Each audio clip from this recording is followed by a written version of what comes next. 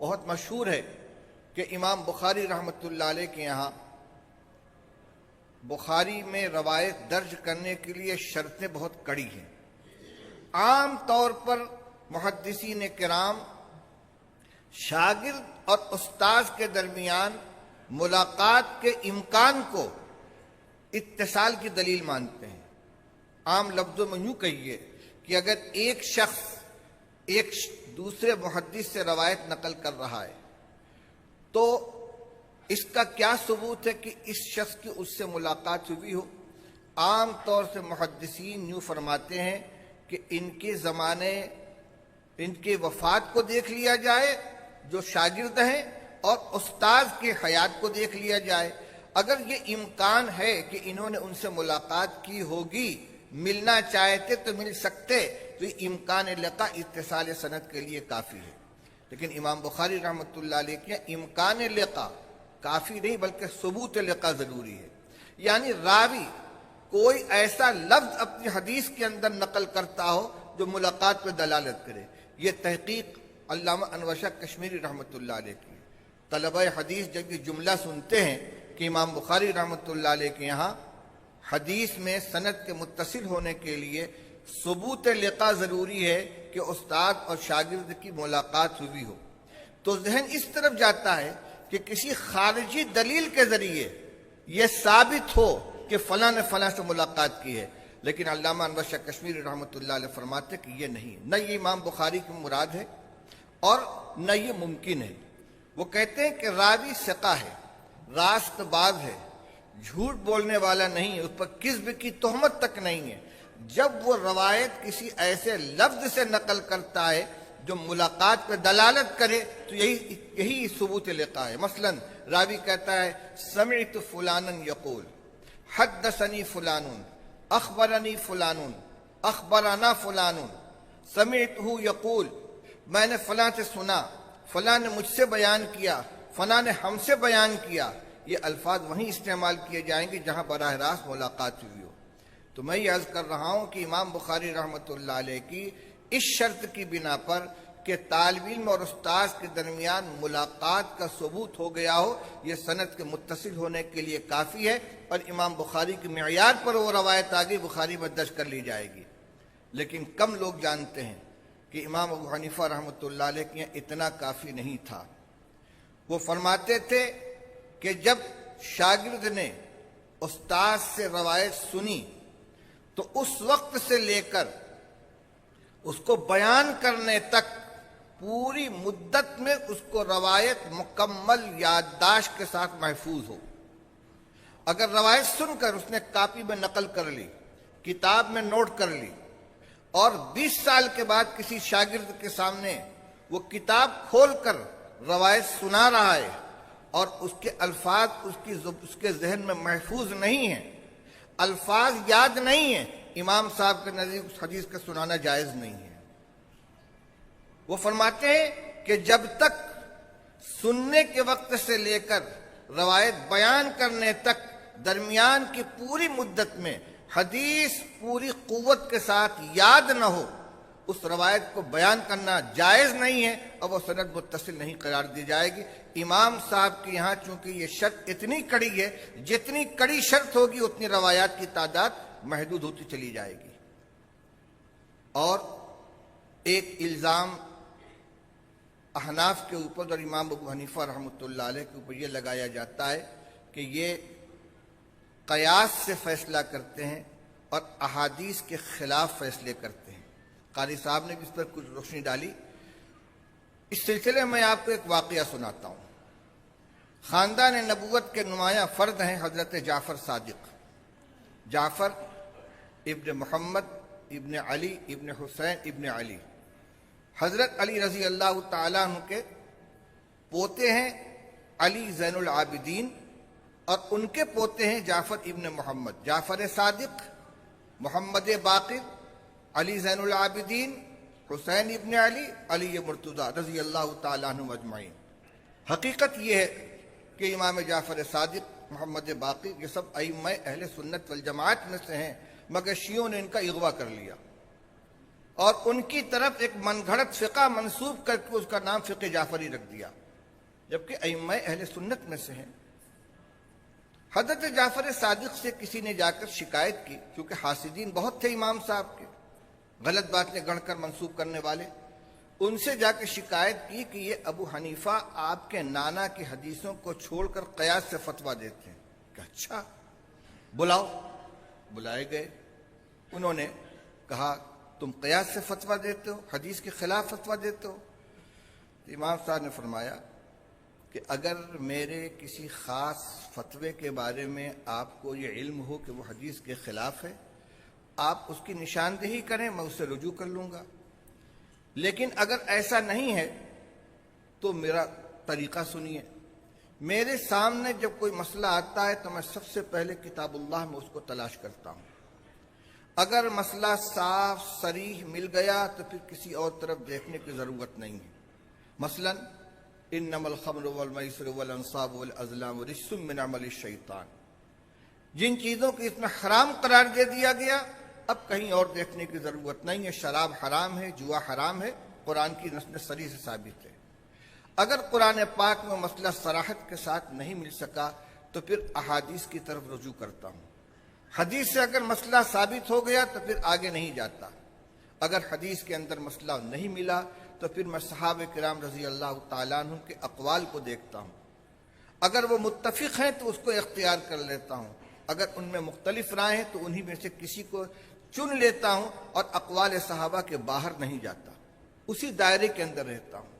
اور جب مسئلہ اوزاعی اور طاؤس اور مجاہد تک پہنچتا ہے تو ہم رجال و نحن رجال، جب رائے اور اجتہاد کا نمبر آتا ہے تو جیسے دوسرے حضرات اجتہاد کر سکتے ہیں میں بھی اجتہاد کرتا ہوں۔ اس کے بعد فرمایا کہ آپ کہتے ہیں کہ میں حدیث کے خلاف فتویٰ دیتا ہوں، تو میرے کچھ سوالات ہیں۔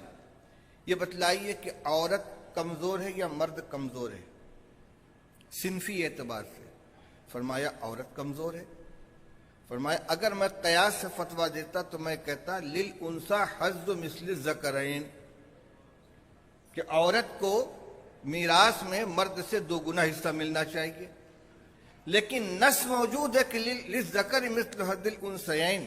یہ بتلائیے کہ یہ فیصلہ قیاس کے مطابق ہے یا نص کے مطابق ہے؟ نص کے مطابق ہے۔ فرمایا کہ یہ بتائیے کہ انسان جب خفین پہن کر چلتا ہے تو اس کی تلی میلی ہوتی ہے یا اوپر کا حصہ؟ کہ نہیں، تلی میلی ہوتی ہے۔ فرمایا اگر میں قیاس سے فتویٰ دیتا تو میں کہتا کہ خفین پہ مسح نیچے کیا جائے، اوپر نہ کیا جائے۔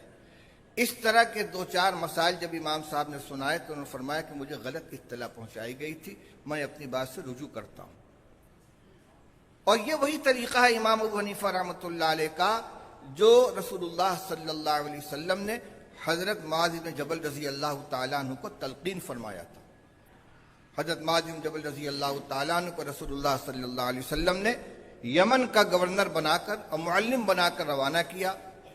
جب وہ جانے لگے تو ان کو واپس بلایا اور بلا کر پوچھا بما تقضی، تم فیصلہ کیسے کرو گے؟ قال بسنت بکتاب اللہ، اللہ کی کتاب کے ذریعے فیصلہ کروں گا۔ پوچھا فَإِن لَمْ تَجِدْ فِي کتاب اللہ، فَإِن لَمْ تَجِدْ فِيهِ، کتاب اللہ میں نہ ملا تو کیا کرو گے؟ قال فَبِسُنَّتِ رسول اللہ، اللہ کے رسول کی سنت سے میں فیصلہ کروں گا۔ آپ نے فرمایا فَإِن لَمْ تَجِدْ فِيهِ، اگر اس میں بھی نہ ملا تو کیا کرو گے؟ قال اجتہد برأیی ولا آلو، پھر میں اپنی رائے کو تھکاؤں گا، اپنے عقل سے کام لوں گا، خوب غور کروں گا، یعنی نصوص کتاب اللہ کی آیات اور احادیث ان کے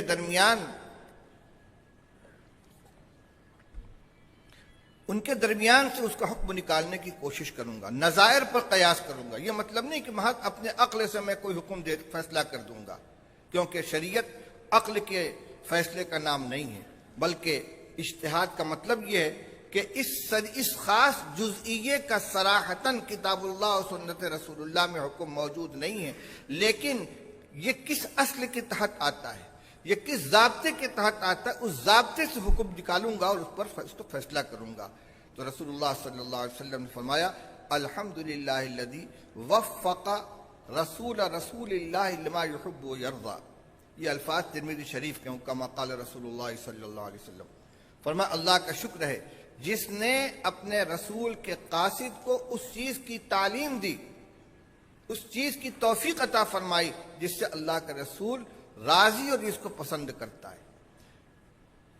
یہ روایت جہاں کتاب اللہ اور سنت رسول اللہ کی اولین حیثیت کو متعین کرتی ہے، وہیں اس بات کی بھی دلیل ہے کہ سارے مسائل صرف کتاب اللہ اور سنت رسول اللہ سے حل نہیں ہو سکتے۔ اس لیے جو حضرات اصول اربع کو تسلیم کرتے ہیں کہ 4 بنیادیں ہیں مسائل کے استنباط کی بالترتیب، کتاب اللہ، سنت رسول اللہ، اجماع امت اور قیاس صحیح، ان کے لیے یہ روایت سب سے مضبوط دلیل ہے۔ آپ پوچھیں گے اس میں اجماع کا تو تذکرہ نہیں ہے، یہ گفتگو رسول اللہ صلی اللہ علیہ وسلم خود فرما رہے ہیں، اور اجماع کا وجود رسول اللہ صلی اللہ علیہ وسلم کی وفات کے بعد ہوا ہے۔ صحابہ کرام رضی اللہ تعالیٰ عنہم جن مسائل کے اوپر متفق ہو گئے وہ اجماع کہلایا، جیسے 20 رکعت تراویح پر اجماع ہوا۔ جمعہ کے دن خطبہ کی اذان ہوتی تھی، اس سے پہلے کوئی اذان نہیں ہوتی تھی۔ حضرت عثمان رضی اللہ تعالیٰ عنہ کے زمانے میں ایک اذان کا اضافہ ہوا۔ ایک مجلس میں ایک ساتھ 3 طلاق دی جائے تو ان تینوں کو 3 ماننے کا فیصلہ ہوا، یہ اجماعی مسائل ہیں۔ اور جس وقت یہ فیصلہ ہوا جتنے صحابہ کرام رضی اللہ تعالیٰ عنہ موجود تھے سب نے اس سے اتفاق کر لیا۔ یہ اجماعی فیصلے ہیں جو اس وقت سے لے کر آج تک اہل سنت والجماعت کے اندر متفق علیہ چلے آ رہے ہیں، اور کسی نے اسے شذوذ اور فرار کی راہ اختیار نہیں کی۔ تو حضور صلی اللہ علیہ وسلم کے زمانے میں تو آپ کا ارشاد خود حکم تھا، خود اصل تھا، اس لیے اس وقت اجماع امت کا ابھی وجود نہیں تھا۔ ہاں قیاس کی ضرورت پڑ سکتی تھی، آپ نے اس کی توثیق فرما دی۔ بعض حضرات اس روایت کی استنادی حیثیت پہ کلام کرتے ہیں، کیونکہ ترمذی شریف میں جہاں یہ روایت نقل کی گئی ہے اس کی سند کے آخر میں یہ آتا ہے کہ راوی نقل کرتے ان اصحاب معاذ ان معاذ بن جبل رضی اللہ تعالیٰ عنہ، حضرت معاذ کے تلامذہ حضرت معاذ سے اس کو نقل کرتے ہیں۔ تو اس پر اشکال یہ ہے کہ یہ تلامذہ کون تھے، یہ معروف نہیں ہے، لہذا یہ روایت ناقابل استدلال ہے۔ لیکن میں آپ کو بتلاؤں، مولانا عبد الرحمن صاحب مبارک پوری جو اسی جماعت سے تعلق رکھتے ہیں، ترمذی شریف کے شارح ہیں، انہوں نے تحفۃ الاحوذی میں اس روایت کو ذکر کرنے کے بعد علامہ ابن قیم کی اعلام الموقعین سے پوری عبارت نقل کی ہے۔ علامہ ابن قیم فرماتے ہیں کہ اصحاب معاذ میں کوئی کاذب نہیں تھا، متہم بالکذب نہیں تھا، کوئی ضعیف نہیں تھا، سب کے سب ثقہ تھے۔ اس لیے ان میں کا ایک شاگرد بھی اگر معاذ بن جبل سے روایت نقل کرتا تو معتبر ہوتی۔ یہاں تمام کے تمام اصحاب جو اصحاب معاذ بن جبل کے نام سے معروف ہیں وہ پوری جماعت اسے نقل کر رہی ہے، تو یہ تو اعلیٰ درجے کی توثیق ہو گئی۔ اسی طرح وہ فرماتے ہیں کہ جب کوئی مسئلہ امت کے درمیان مقبول ہو جائے تو پھر اس روایت کی سند سے بحث نہیں کی جاتی، اور اس کی کئی مثالیں انہوں نے پیش کی۔ وہ فرماتے ہیں لا وصیت لوارثین، کہ وارث کے حق میں وصیت کرنا درست نہیں۔ ابھی یہ مسئلہ آپ کے سامنے آیا تھا، جس کو وراثت ملنے والی ہے، بیٹا ہے، بیٹی ہے، ماں ہے، باپ ہے، بیوی ہے، شوہر ہے، اس کے حق میں اگر مورث کوئی وصیت کرے گا تو وصیت کل عدم ہوگی۔ یہ روایت سند کے اعتبار سے کمزور ہے، لیکن علامہ ابن قیم فرماتے کہ پوری امت نے اس کو قبول کر لیا اور اس کو ضابطہ بنا لیا کہ وارث کے حق میں وصیت معتبر نہیں ہے، اب اس کی سند نہیں دیکھی جائے گی۔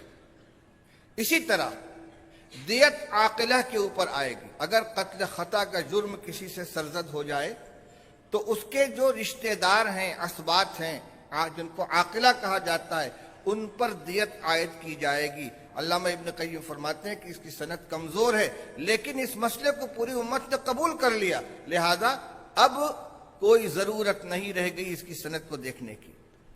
اسی طرح اور بھی انہوں نے کچھ مسائل نقل کیے ہیں۔ تو یہ ضابطہ بتلایا ہے کہ جب کوئی مسئلہ متفق علیہ طور سے پوری امت کے اندر قابل قبول ہو جائے پھر اس کی سند سے بحث نہیں کی جاتی۔ اور اس پر میں ایک اضافہ کرتا ہوں، طلبہ حدیث جانتے ہیں ترمذی شریف کے شروع میں کتاب الطہارت میں وضو کے شروع میں بسم اللہ پڑھنے سے متعلق ایک باب ہے۔ اس روایت کو ذکر کرنے کے بعد امام ترمذی رحمۃ اللہ علیہ امام احمد بن حنبل رحمۃ اللہ علیہ کا یہ قول نقل کرتے ہیں کہ وضو کے شروع میں بسم اللہ پڑھنے سے متعلق کوئی مضبوط روایت میرے علم میں نہیں ہے۔ اور اسی کے بعد اسحاق ابن راہوے کا یہ قول نقل کرتے ہیں کہ اسحاق ابن راہوے کہتے ہیں کہ وضو کے شروع میں بسم اللہ پڑھنا واجب ہے، اگر قصداً کوئی شخص بسم اللہ چھوڑ دے گا تو اس کا وضو نہیں ہوگا۔ اور امام احمد ابن حنبل رحمۃ اللہ علیہ کا بھی تقریباً یہی مسلک ہے۔ ایک طرف وہ یہ کہتے ہیں کہ کوئی مضبوط روایت علم کے اندر نہیں ہے، میرے علم میں نہیں ہے۔ جب امام احمد ابن حنبل کے علم میں نہیں ہے تو کون مدعی ہوگا کہ میرے علم میں ہے؟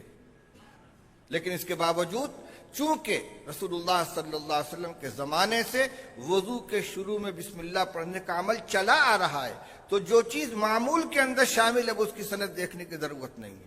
تو علامہ ابن قیم نے اس کو ثابت کیا ہے کہ یہ روایت معاذ بن جبل رضی اللہ تعالیٰ عنہ کی یہ امت کے اندر مقبول ہے۔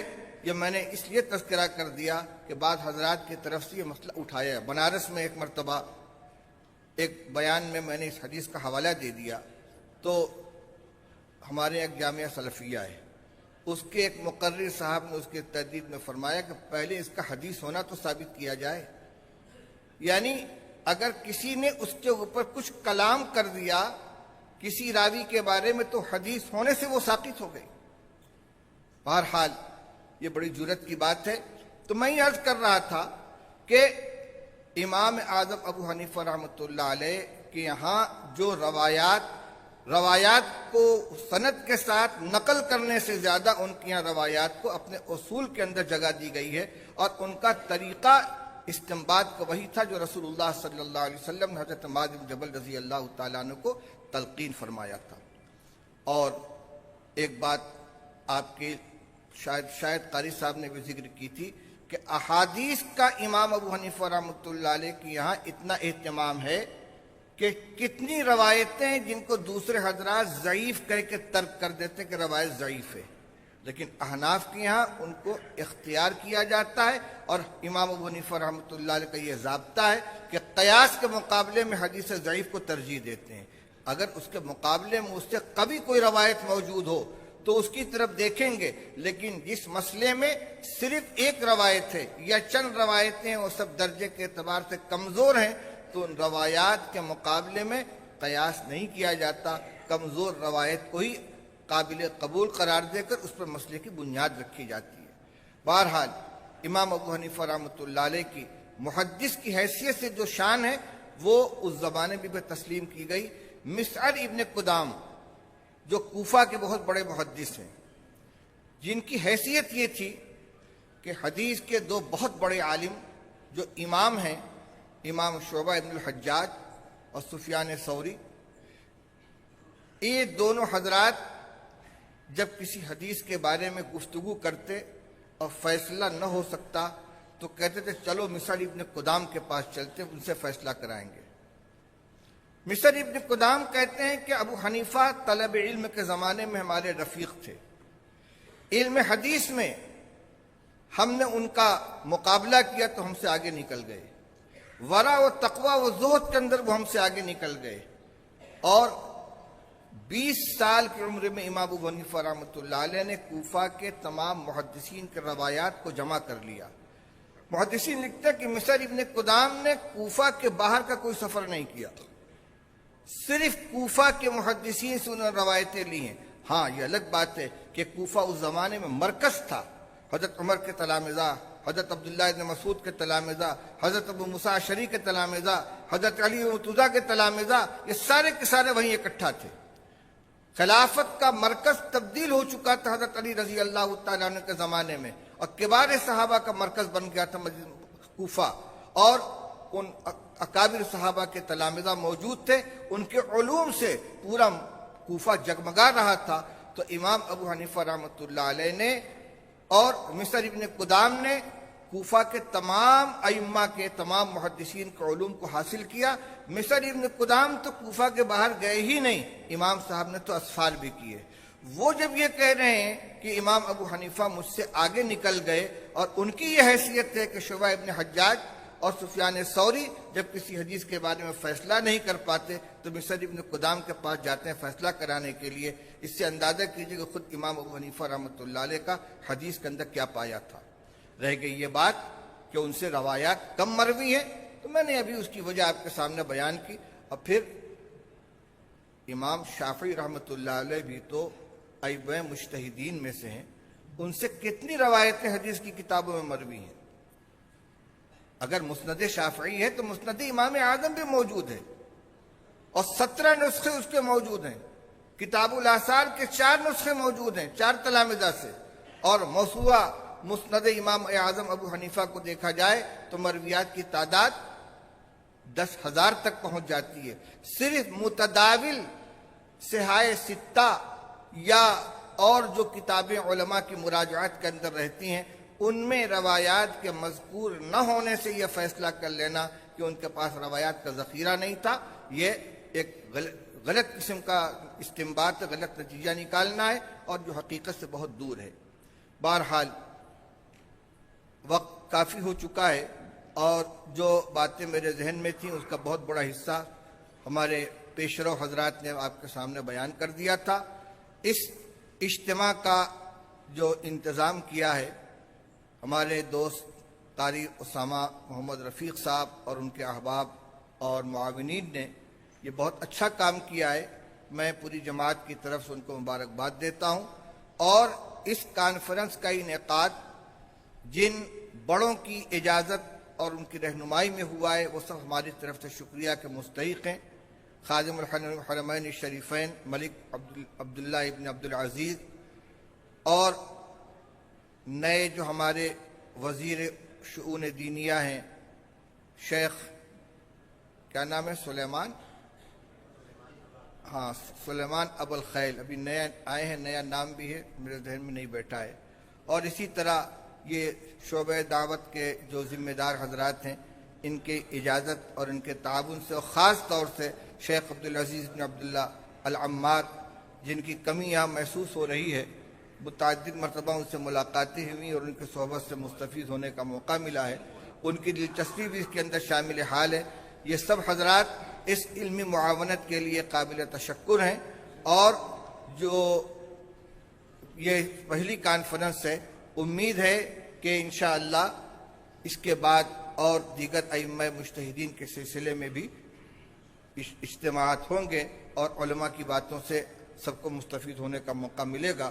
تو ابھی میں نے ذکر کیا آپ کے سامنے کہ قاری اسامہ صاحب اور ان کے احباب ان حضرات کا خاص طور سے شکریہ ادا کرنا چاہیے پوری جماعت کی طرف سے، پیش وہی رہیں، اور یہ بھی حقیقت ہے کہ یہ تنہا ان کی کوشش کا نتیجہ نہیں ہو سکتا، ہمارے جو جدہ میں مکہ مکرمہ میں جو اکابر جو حضرات موجود ہیں ان کا بھی تعاون اس میں قدم قدم پر حاصل رہا ہے، اور پھر ہمارے یہ اکابر جو دور دراز سے سفر کر کے آئے ہیں، مولانا محمد احمد صاحب، قاری حنیف صاحب، یہ سب سے پہلے شکریہ کے مستحق ہیں۔